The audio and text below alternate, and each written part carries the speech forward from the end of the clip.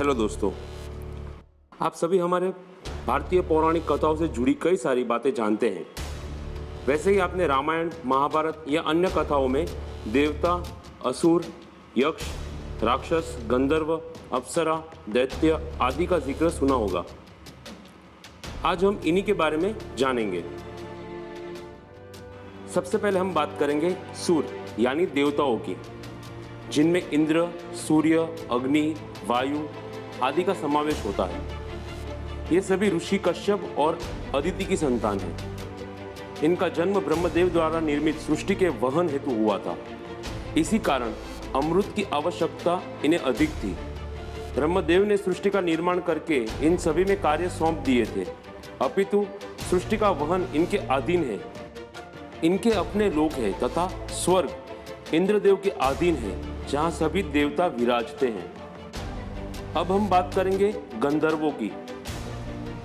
यह भी ऋषि कश्यप तथा उनकी अन्य पत्नी की संतान है। गंधर्व देवताओं को समर्पित होते हैं। इनमें अनेकों कलाएं तथा विद्याएं उपलब्ध होती है। देवों द्वारा इन्हें कई तरह की शक्तियां प्राप्त होती है। यह सभी पंख धारक होते हैं और स्वर्गलोक तथा भूलोक में स्वतंत्र से विचरण कर सकते हैं। यह दिखने में अति सुंदर व मोहक रूपवान होते हैं। इनके बाद आती हैं अप्सराएं। इनमें से कुछ अप्सराएं समुद्र मंथन से निकली थी।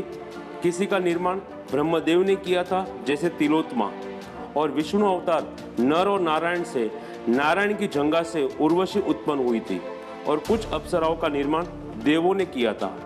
इनका जीवन भी गंधर्वों की तरह देवताओं को समर्पित होता है। इन्हें भी पंख होते हैं और यह भी स्वतंत्र है भूलोक और स्वर्गलोक में विचरण करने हेतु। इनमें से अधिकतर गंधर्वों की पत्नी हैं। गंधर्व और अप्सराएं यह दोनों देवताओं के बहुत से कार्य करते हैं, जैसे इंद्र की सभा में नृत्य, संगीत, वादन, अन्य कलाओं से लोगों का मन लुभाना, तथा देवताओं के शत्रु तथा स्पर्धियों, जैसे जो कोई तप करके इंद्र या स्वर्ग को हराने की इच्छा रखता हो, उनका तप व मन भंग करना। यह कार्य में अप्सरा तथा गंधर्व निपुण होते हैं। यह किसी से भी संबंध बांध सकते हैं। इस पर इन्हें कोई भी बंधन नहीं। अब हम बात करते हैं असुर की। ऋषि कश्यप तथा दिति के यह पुत्र हैं,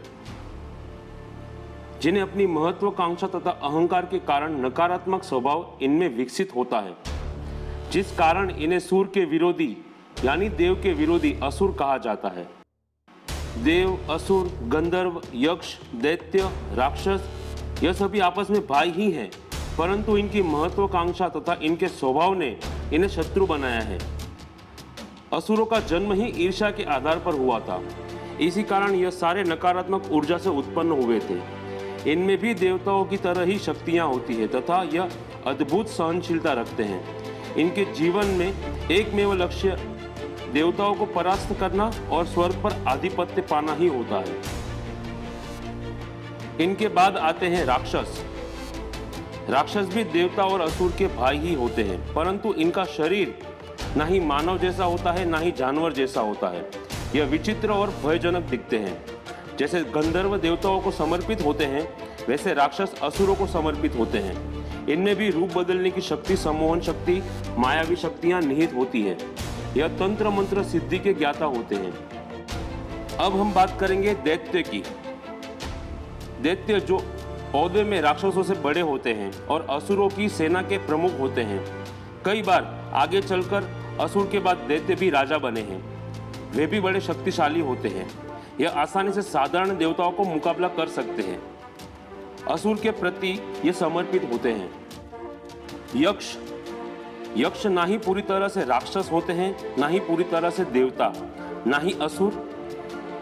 इनमें मानव, देव और दानव के गुण समान तौर पर विद्यमान होते हैं। इसी कारण कई जगह पर यह पूजे भी जाते हैं। कई जगह यह देवताओं का स्थान पाए हुए हैं, जैसे कुबेर, और कई जगह लोग इनसे कांपते भी हैं। जंगल और नदी तथा खंडेर, गुफा आदि में यह छुपे हुए धन की रक्षा करते हैं। अगला है भूत और प्रेत। भूत और कोई नहीं परंतु आत्मा होती है, जो भूतकाल में बाकी रहे कार्यों से लगाव होने के कारण तथा शरीर से मुक्त होने के बाद आत्मा रूपी शक्ति में विचरण करते रहते हैं। इनकी सीमित अवधि होती है। इनका पुराणों में जिक्र है। कई बार यह देव असुरों का कार्य भी करते हैं। वैसे ही प्रेत भी आत्मा ही होती है जो कम आयु या अचानक आने वाली मृत्यु के कारण होते हैं। प्रेत ऐसे मनुष्यों की आत्मा होती है जो मन में ज़्यादातर सबके प्रति घृणा तिरस्कार रखते हैं, जो डंभी होते हैं, अभिमानी होते हैं, लोगों का बुरा करने में जिन्हें मज़ा आता है। वैसे लोग मृत्यु के बाद प्रेत बनते हैं। इनकी भी सीमित अवधि होती है। अब हम बात करेंगे डाकिनी और चुड़ैल की। यह दोनों एक जैसी ही होती है, परंतु डाकिनी चुड़ैल से अधिक शक्तिशाली होती है। यह दोनों में बहुत से कारण और शक्तियाँ एक समान होती है। चुड़ैल आगे चलकर डाकिन भी बन सकती है। ऐसे बहुत से कबीले हैं, बहुत से लोग हैं जो ज़्यादातर जीवन में केवल तंत्र मंत्र साधना व काली विद्या, काली शक्ति को अपना जीवन समर्पित करते हैं, जिसके लिए यह किसी भी हद तक जा सकते हैं। इसी विधि के सहाय से बहुत सी ऐसी स्त्री पूर्व में हो चुकी थी जो काला जादू करती थी, घृणा के कारण कई स्त्रियों के बच्चों को मार देती थी, कई पुरुषों से संबंध बांध उन्हें मारकर उनकी बलि चढ़ाती थी। वैसी स्त्रियां एक विधि करके खुद को मारकर अपनी बलि देती है अपने काली शक्ति के आराध्य को, जिस कारण उसका शरीर तो मृत्यु पाता है, परंतु उसकी आत्मा व अवगुणों तथा वह शरीर से मुक्ति नहीं पाते तथा वह प्रेत योनि में आकर उस शरीर में कैद हो जाती है, जो शरीर जीवन न होकर मृत से सड़ रहा हो, और इन्हें इसी तरह जंगलों में भटकना पड़ता है और यह कई बार रूप भी बदलती है। अब हम बात करेंगे यक्षिणी की।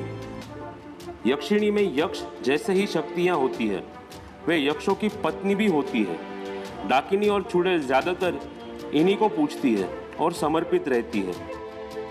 उन्हें शक्ति इन्हीं के द्वारा मिलती है। यक्षिणी कई प्रकार की होती है और तंत्र मंत्र साधना, टोने टोटके, जादू टोना में जिस भी विद्या के लिए वह कार्य किया जाता है, वह कार्य संपन्न होने के पश्चात यक्ष या यक्षिणी ही प्रसन्न होते हैं जो उन्हें उस काली शक्ति प्रदान करते हैं। यक्षिणी भी कुएं, तालाब, खंडेर, झील, गुफाओं तथा जंगलों में निवास करती है। यह भी छुपे धन की रक्षा करती है। अब हम बात करेंगे पिशाच और वैताल की। पिशाच एक तरह से आत्मा ही होती है जिन्हें मांस और खून की लालसा होती है, तो किसी भी शरीर के माध्यम से यह उसका भोग करते हैं। तथा वैताल जो काफी शक्तिशाली होते हैं, अलग ही लोक व अलग ही स्थान होता है। कई बार वैताल शक्ति में देव व असुर के समकक्ष में होते हैं। इनकी एक अलग जीवोत्पत्ति होती है, इनके बच्चे, इनका परिवार तक होता है। इनके लोक में जाने के रास्ते 3 प्रकार से होते हैं, जैसे आईना, गहरी नदी, परछाई तथा अंधेरा। इन्हीं 3 जगहों से यह हमारे लोक में आते हैं। यह देव, दानव, मानव तीनों के गुण धर्म रखते हैं। इन्हें प्रसन्न करने पर यह आपको विश्व का शक्तिशाली व धनी बना सकते हैं और रूठने पर नरक से भी बदतर जीवन कर देते हैं। इनकी कई प्रजाति होती है जो अच्छी और बुरी होती है। तो बुरी प्रजाति को पूर्व में कई शक्तियों के द्वारा बंधन में बांधा गया था, जिस कारण यह गुलाम की तरह भी जीवन जीते हैं। इन्हें भी खून व मांस का भोग चढ़ाते हैं। इन्हें ही इस्लाम में जिन कहा जाता है। हमें उम्मीद है आज का यह वीडियो आपको पसंद आया होगा। इसमें दी जानकारी बहुत सी किताबों में दर्ज है।